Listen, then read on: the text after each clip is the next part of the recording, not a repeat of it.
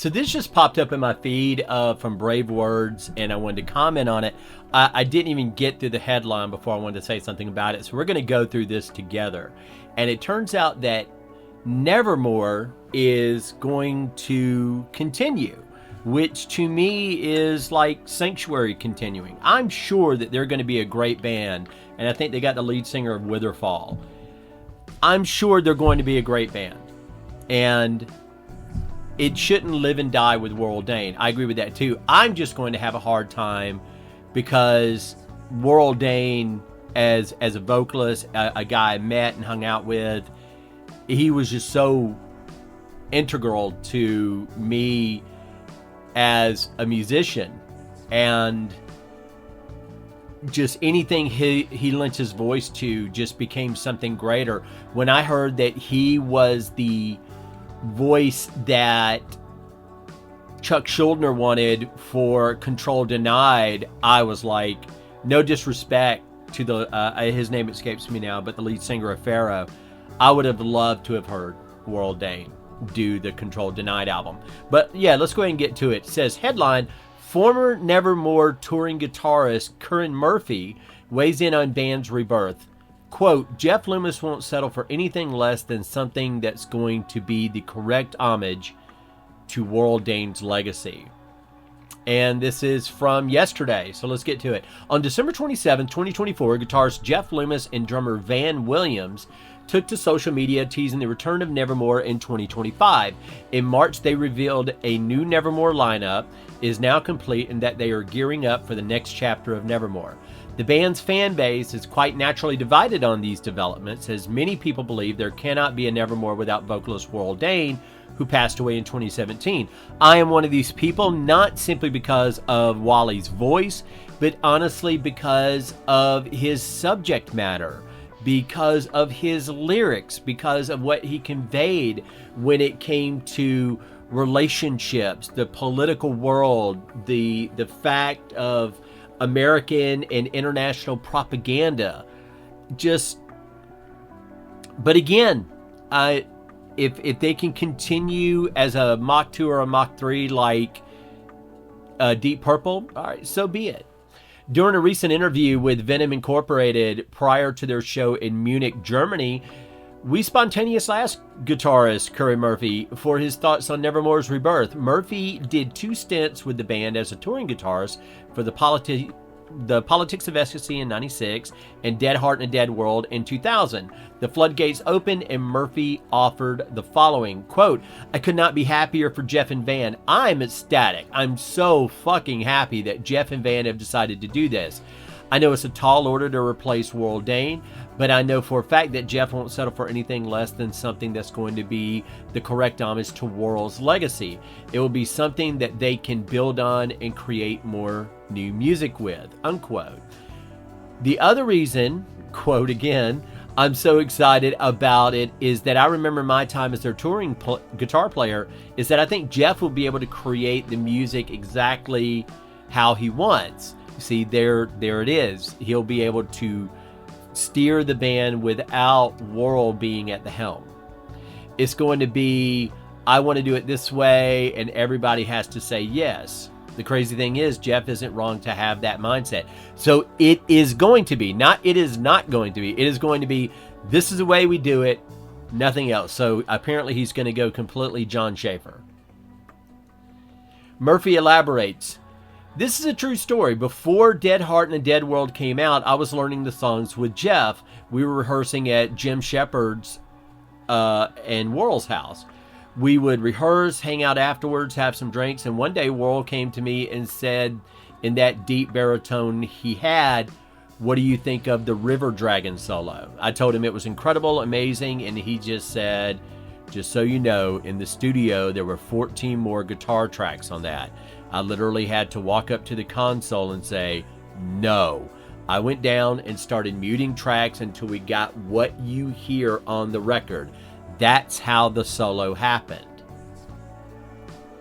I'm not making fun of Warrel, says Murphy. Not at all. He had this way about him that was just awesome. The first thing in my head was, wait, there are 14 other tracks on the River Dragon Harmony guitar solo? or you walked in and muted shit. Was Warrel wrong to do it? Probably not, but that could have been a B-side. I want to hear what was originally recorded. Conversation turns to our respective favorite Nevermore songs, and Murphy shares an inside story on Jeff Loomis and Warrel Dane's artistic relationship. Quote, when I first auditioned for Nevermore for the Politics of Ecstasy tour, I didn't even know who they were. I didn't know who Sanctuary was. I know my street cred's going out the fucking window now, but as a guitar player, a friend of mine told me about this great band called Nevermore and that they needed a touring guitarist. He wanted to focus on his own band, so he gave me Jeff's number. So I called and left a voicemail for Jeff. I didn't hear anything back for like 3 months, and I eventually forgot about the call. 3 months later, Jeff calls me back. I set up an audition and told him I had to take the bus out to them. It was like a 3-hour hike, and asked that even if I didn't get the gig, even if I didn't get to plug in, could I just stay somewhere for the night? I did the audition and it clearly went well. So we went back to Jeff's apartment and we hung out.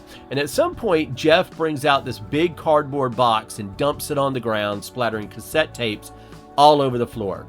He starts pawing through them saying, I've got to play you something. And he puts it on and it plays for about 15 seconds. He said, nah, that's crap. I've got something else. After about 6 or 7 cassettes, he finally found the one he was looking for, and it was some of the most incredible music I've ever heard. It was unbelievable. I asked Jeff what it was, and he says, oh, I wrote that when I was like 13 or something. It was insane. So we spent the rest of the night drinking wine and listening to these cassettes. It was awesome. So the next day, and I'll give you another Warrel impression, we were in rehearsal, and Warrel walks up to me when we were taking a break and says in that baritone of his, so did Jeff show you the box? I played dumb like, what box? And he says, the box full of cassettes that he has demos of he thinks suck. He then went on to say, we were short on songs for the Politics of Ecstasy and Jeff didn't want to write or finish anything, so I just went into the box and grabbed 3 cassettes at random, threw them at Jeff and said, these are on the record, and walked away. I couldn't believe it. And I asked Warrel which songs they were, and he said they were Passenger, the Tiananmen Man, and The Learning. Nevermore was a unique beast in the metal world. Lethal, progressive in their own way. Murphy chalks up a good portion of that to Van Williams, the engine behind the band. He says, quote, I've said this before and I will say this now. Van Williams was the first guy where I finally understood what it was like when a drummer has an innate sound to how they play. Something like on This Sacrament. It's got a swing and a sound and a feel. When my time with Nevermore was done and I was playing with some other bands, if they wanted to jam some Nevermore stuff, it just didn't feel right if the drummer was a MIG, because it wasn't Van. You know, no disrespect to those drummers, but it wasn't Van. So the whole thing about the rebirth of Nevermore, I cannot fucking wait. I've heard some Jeff Loomis music that nobody else has ever heard, and we haven't heard 1/10 of what he can do as a musician. So that's it. I'm really interested in hearing it. I mean, no matter, because the thing about it is, what people should realize when bands change guitarists or drummers or singers, listen to the band in their own right. Like, I'm not a fan of Dream Theater without Mike Portnoy. I'm just not. It doesn't sound the same to me. It sounds like another band, even though 4 of the 5 elements are there. I found those albums boring, but when Mike's there, I love them. It's just one of those things, like Sons of Apollo. I love Sons of Apollo. It's one of those things. So I really will give it a true chance, and I hope it's some amazing stuff. But you have to keep in mind that it will not be, it's like when Sanctuary move on with the singer from Witherfall. It's not going to be the Sanctuary that we knew, other than the fact that Jeff Loomis, you know, he is an amazing guitarist. You can hear his work all over Nevermore. And just like Sanctuary, Lenny Rutledge, an amazing guitarist, and he will dictate a lot of that sound. So anyway, that's just my take on it. Warrel Dane's Nevermore. That's the way I thought of it. But Nevermore are moving on, and Jeff and Van are going to be carrying it. So I look forward to hearing what they say. I look forward to hearing from you. Take care of yourselves.